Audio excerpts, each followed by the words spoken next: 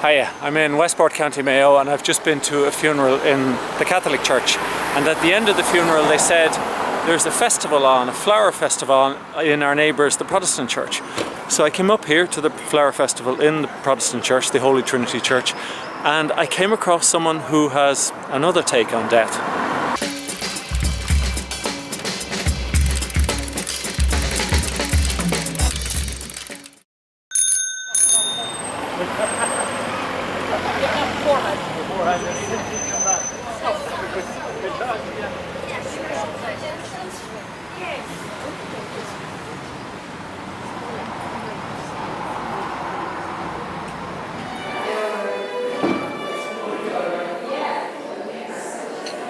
The inside of the church is impressive until you look more closely. The Flower Festival is a fundraiser for the upkeep of the church. Some of the displays are jokey and some are seriously creative.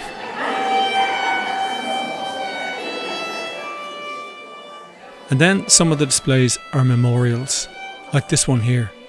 It's a display commemorating the life of Susan's son, Ken. The first thing is that Ken always wore black, so the main colour obviously is black. So Ken was a biker, he rode a Harley, and on the 5th of May 2003, a drunk driver just wandered across the road in front of him, and Ken, with all his expertise, couldn't avoid the collision.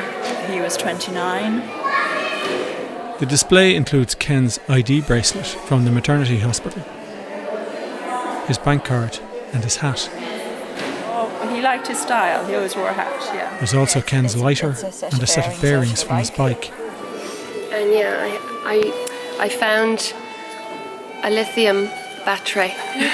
Ken's former partner Ciara has arrived with a contribution. And then this was the wristband from the Harley Davidson participation in the St. Patrick's Day Festival a year before he passed away. Rebecca. This is Ciara's daughter, Rebecca. And she has made things for Ken. Yeah, show us what you've made for Ken. She's made a hat. A picture of his hat and a picture of Ken on the motorbike. My daughter Rebecca actually asked me this morning if I mind talking about Ken, and I said no, I love talking about Ken because it's like he's still with us, you know. If we stop talking about him, it's like he isn't there anymore. So Susan has also included a painting she made of the collision. I did the painting entirely from my unconscious, and I had to leave it to dry, and I expected to come back and paint in details of the collision. But when it dried and I looked at it again, I could see that it was complete. So if you look at it, so here we have the car headlights, and so the point of collision is here. This piece here is exactly like the garden wall of the drive that he would have left, and the pillar at the end. And this is like the mudguard on a motorbike. If you see, there's a strange outline here, which is of his hat. And then I can also see an image here of what I would call a spirit watching on as it all unfolds. And when I'd finished, and lo and behold, I found a little tyre on the road outside. I've heard a lovely piece recently about an artist who drew grief as a very huge parcel beside a very small person, and the overwhelming size of it. But then he showed the transformation. The parcel didn't get any smaller, but the person gets taller. So this is what it's like. The pain doesn't reduce, but you become more able to carry it. And that's how I feel about it. So yeah, he used to wear a denim jacket when he was younger. So that's that piece, and then underneath I'm wearing his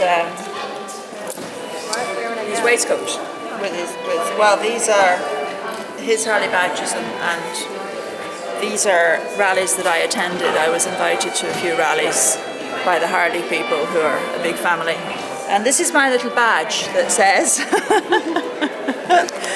"Don't let the bastards get you down," which would have been Ken's philosophy. So, You know you're wearing that in church, don't you? yes, I do. I don't think Val the rector would mind. He used to call me doll. He used to call you a doll. I know. He called me doll.